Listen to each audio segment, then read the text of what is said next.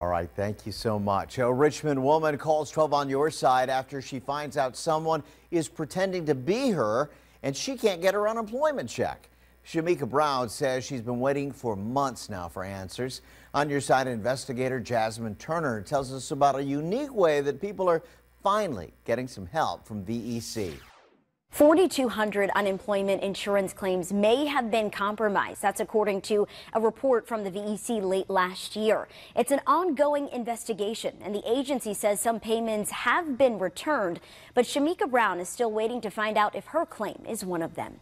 I submit resumes every day.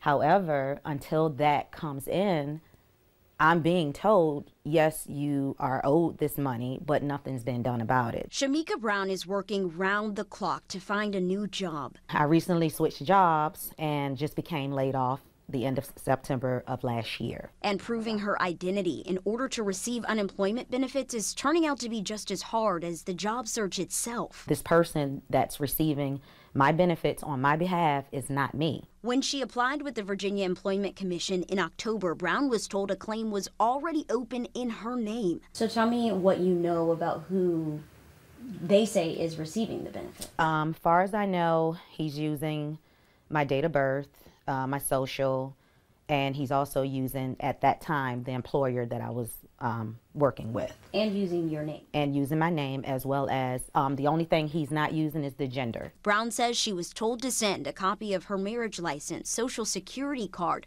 driver's license, even a utility bill to prove who she is, and says she was told the information would be given to the VEC's fraud department. And I was told at that time that it would take 4 days initially before my information is updated, to call back the following week. Calling back led to weeks of follow-ups and waiting. As of yet, no one has contacted me. However, I have been prompt as far as following up with that office. I feel like I'm being given the runaround. We emailed the Employment Commission requesting to interview Commissioner Carrie Roth about unemployment fraud.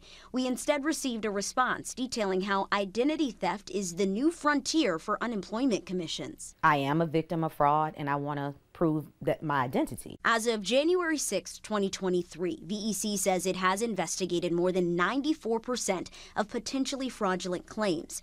The agency reports 88 federal and state fraud case convictions with more than $5 million in restitution ordered. VEC says the dollar amount of potential fraud to investigate in January of last year was more than $1.5 billion, but now that number is down to $148 million. Brown hopes her claim is in that number.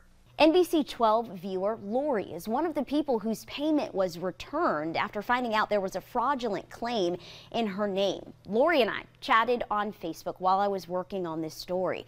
She talked about how after countless calls to the VEC, she took her issue to her state delegate. They escalated it with the VEC. Eventually, Lori was sent forms to fill out, and right before the new year, Lori got her back pay. So we took her advice and reached out to Delegate Betsy Carr on Shamika Brown's behalf. 2 days after our initial email, we got a response from a legislative aide saying they would be happy to advocate on Shamika Brown's behalf. What does a resolution to the situation look like for you? I'm hoping everything will be resolved so I can start receiving my benefits, so I can get help as far as to pay my bills.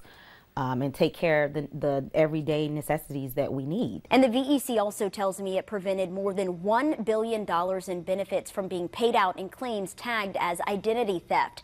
Brown filled out paperwork through Delegate Carr's office, and she is hopeful her unemployment claim will be approved soon.